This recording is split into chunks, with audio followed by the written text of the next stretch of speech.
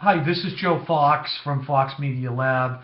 As you can see, I'm starting a channel on communications, digital communications, communications technologies, and technologies at large. So communication technologies is the core of what we're talking about, but also it gets into the psychology of communication and the science of communication.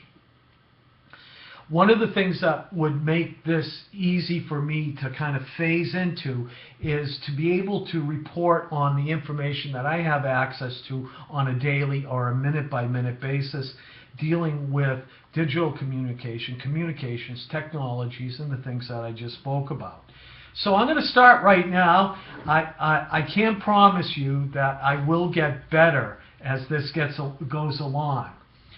But we're going to do a little reporting, or at least headline scanning, to let people that are in communications, especially digital communications, know what's going on today, or right this second. Obviously, the big hot news right now is Yahoo gets shell-shocked in their threat. But I would also say that my bank sent me a statement and say that they were also one of the people that my account was one of the people that was compromised by Home Depot, and they're changing my debit card to a different debit number because of the breach in security. So obviously, when we talk about what's going on today, we're going to be talking a lot about digital security and communication security and communication rights.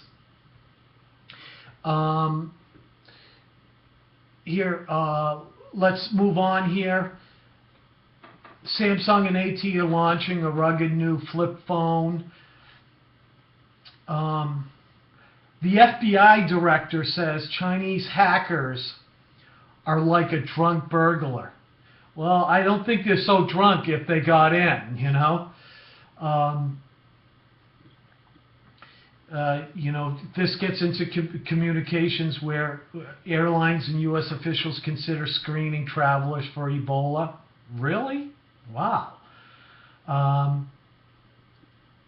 Even techies limit their child screen time, which ties into one of the very first things, the state of that we started with our 8-minute segments of state of interpersonal communications taking ahead.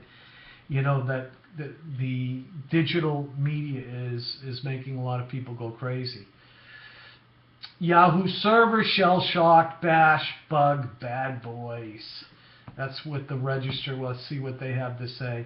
Yahoo has confirmed a handful of its systems fell to hackers. A handful, to Yahoo, in tens of millions, a handful is, a couple 100,000.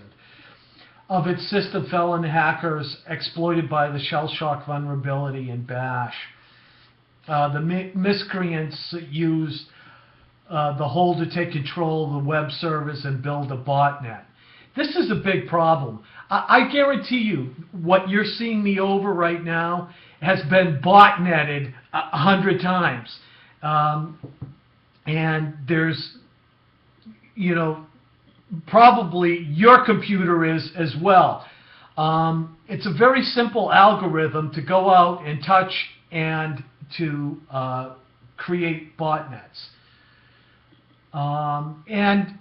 Every time you think you're getting clever by putting things and cleaning and scrubbing things, they come up with different ways of doing things.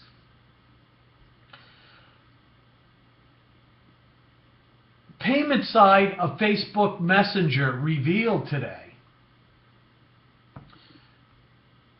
Well, this goes with Fox Media Lab's theory that websites, especially social media websites, couldn't exist on advertising alone, and that, in fact, any site on the internet will in the future not exist on advertising alone. What they will be is a transactional-based system, and that you're seeing this happening in the real world, like with Staples. They're moving out of the brick and mortar into online. And they think they're going to magically capture all kinds of markets. Now, they might put a lot of money into it, but they're going to find that there's some competition on the internet as well. Yeah, this payment site of Facebook Messenger revealed hack screenshots show Messenger app ability to send money. This is everybody's getting into this. If they really want to get down to communication, the transaction is go where the money is. So everybody's getting into these transactions, which is another study on financial communications, transactions, which gets into how the SWIFT system is in a process of demise, because it's anything but SWIFT, and it's anything but digital. Really, it's a digital this side, and then there's somebody in the middle that arbitrarily makes a decision, which can affect the speed, but also affect the integrity of the communication.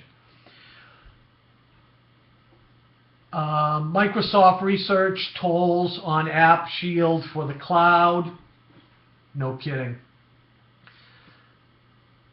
Here, CNET has an interesting article. Forget Apple, make your own smart watch with tiny screen.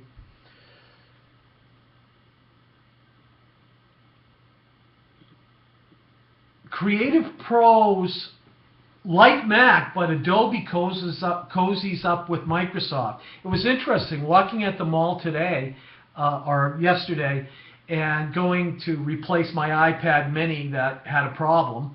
I walked by the Windows store, and it's just like, but different as the Apple store, with all these hip young people and working the counters. And you know what?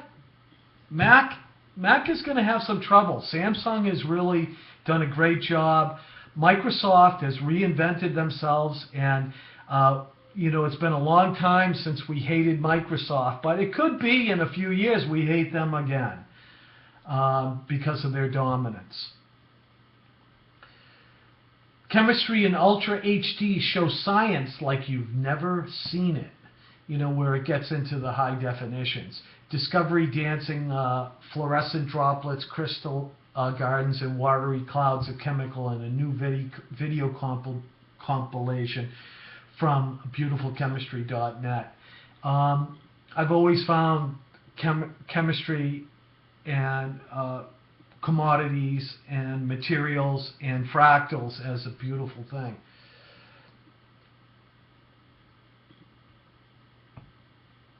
Auction for the iPhone 6 prototype reaches $100,000. If you thought $299 was too much to pay for a new 64 gigabyte iPhone 6, you might want to look away. The eBay auction launched last week is making available an alleged iPhone 6 prototype. You know, the thing about it is the person that's selling it, they're $100,000 richer, but they're going to be in jail. But then again, they might be an investor or a banker, and that means that wouldn't happen. Hackers install Windows 95 on Samsung smartwatch. Apple, Samsung, and Google all in the game. The smartwatch may be the device of the future.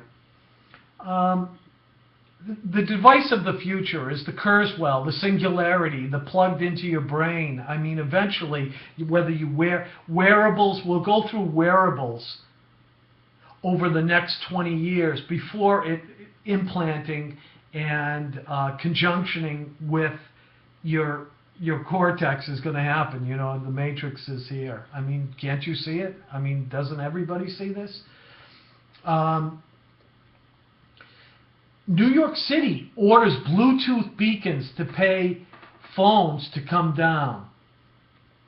After BuzzFeed revealed last Sunday that the digital advertising firm Titan 360 was using public payphones in New York City, yes, they still exist, to a host of gimbal Bluetooth tracking beacons, the mayor's office has now ordered them to take them down.